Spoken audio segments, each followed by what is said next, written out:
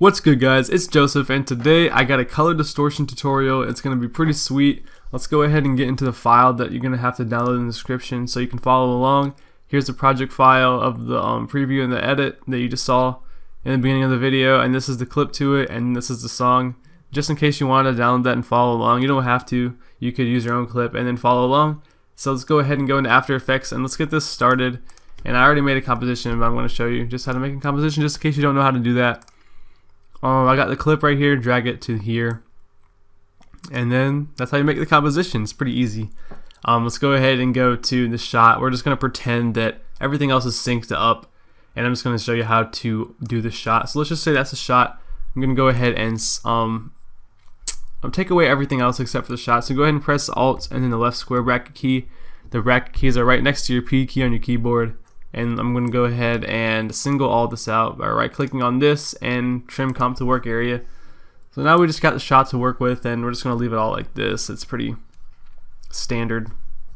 And what I do is you can put it on the adjustment layer, but I usually just duplicate the clip because it just works better for me. I think it looks better in my opinion. You don't have to do it, but just for this specific effect, I suggest that you duplicate the clip. So we're going to put 4 effects on here, and the first one I have typed in already. It's CC Toner, so just drag that onto your clip and close that up. And then the next one is Turbulent Displace. Turbulent Displace. And then the next one is Magic Bullet Looks. If you don't have Magic Bullet Looks, it's fine. This is just, I just use this to pop it out a little bit, and you'll see why in a second. And then the last one is CC Vector Blur. There we go. There it is. And so now we have all 4 of those on there. The first one we're going to mess with is what you saw in the preview, the colors. And that's what this main tutorial is going to be about. It's called Color Distortion. It distorts all the colors in the scene. And so you pick 2 colors for it. It depends on the song. So my song is like upbeat, and so pink and blues would work really good with that, like light blues. So you got a light pink right there, and then change this to Pentone so you can mess with all these colors. And then the second color is where I usually put the blue. That's a good blue for me. The third color, I just press this eyedropper tool and then go on to the pink, and then the third, the blue. And then the 5th one is the pink again. And you can switch these around. You can put blue, pink, blue. It doesn't really matter as long as you have 2 distinct colors that you want. I guess you can have 3, but I usually stick with 2 because it looks a lot better in my opinion. So the next thing we're going to put on is Turbulent Displace. And the other thing you really want to mess around in this is the amount. I put that up to 100 to give it a little bit more of an effect. And so that's it. You can mess with everything else if you want to. And then this is for Magic Bullet Looks. It's just one simple little thing in there. You don't really have to have it, but I think it looks good. So go ahead and go into Lens and then hover over Tools, Chromatic Aberration, drag that into the lens, and then put the red and cyan, the reds to 12, and then the greens to 6, and then the blues to 3. And so now it pops out. Press Finished, and you can see what it looks like now. It looks pretty weird and messed up right now, but we're going to go ahead and fix that by going to CC Vector Blur and putting the amount up to 75%. And now it looks even worse. And just change this from natural to direction center, and now it's nice and blurred up. And so now what you can do is press T on your keyboard and go ahead and put the opacity to 75 to blend it in with the scene a little bit more.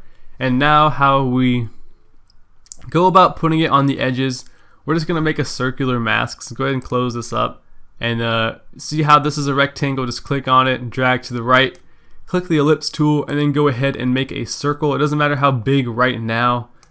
We're going to mess with the settings a little bit later. Go ahead and press M to close it up, and then press M twice and open up everything at once, and then feather this to about 200 pixels. And now it's nice and soft, and then just press inverted, and now it's on the edges.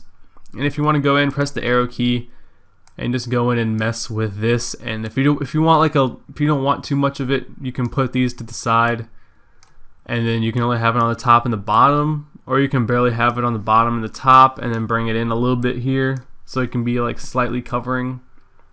But I like how it looks, so I'm gonna go ahead and like make it cover a lot of it because I think it looks good. It's your personal preference. So now you got that. It looks a lot better with a color correction as well, but we're not gonna put a color correction on it. Something else you can put on this, you can put curves on it, and go ahead and drag curves onto the layer again, and then close it up. You can see curves, open it back up, and you can drag the top one up, and it brings it a little bit lighter, and now it brings the colors out a little bit more. See? So I'm just gonna go ahead and leave it on there, and so now you got that. You're basically done with that part. Something else I usually do with it, I usually make another duplicate of this layer. So just press Ctrl D. So now you got two of them. And then on the bottom one, press toggle switches and modes if you haven't already. So you have this mode right here. And change it to Luma Inverted Matte. And so now it blends in so much more with the clip. And I think it looks really good. And if you scroll through or scrub through, like the effect changes with the clip, which I think is really nice. So now that you've got that done, that was the main part of this tutorial. If that's all you wanted to learn, you're basically done. But I'm going to show you one more thing that you can do with this clip to make it look even better. It's another thing I like to call, like, I don't really have a name for it. It's like flashing Twitch. That's basically what it is. I'm going to go ahead and highlight these two and pre-compose this layer because so we don't have to work with two things in here. And if you want to, if you just say the clip ends right here, just highlight both of these and then press Alt and then the right square bracket key, and so it ends right there. And if you don't want this to be the whole, like on the whole clip, if you take it and then just drag it over here, like it's gone, and you can like edit it. But I usually keep it on the whole like kill cam, like after the whole shot, and then it goes to the next clip. And so now for the Twitch thing, if you don't have Twitch, don't worry about this because you can't really make it, but press Ctrl Alt Y and then go into animation presets, type in Twitch, and so it will be on under Video Copilot if you got it from Video Copilot. And then all you really have to do is keep this at 100 and put this at about 25. That's what I did for the preview, and then enable light, and then go ahead and close enable, and then go. That's basically it. That's all you have to do. Just keyframe the speed. And let's say this is the end of the clip, and then just put the speed down to 0, so it goes from a speed of 25% to 0. And so you see how it's flashing as the shot goes on, and so I think it looks really nice. And now that's basically it. That's really all I did for the tutorial. If you have any questions, comments, anything, go ahead and comment that down below, or my DMs are open on Twitter, so you can go ahead and talk to me there. Other than that, I hope you guys have a great rest of the day. I'm out. Peace.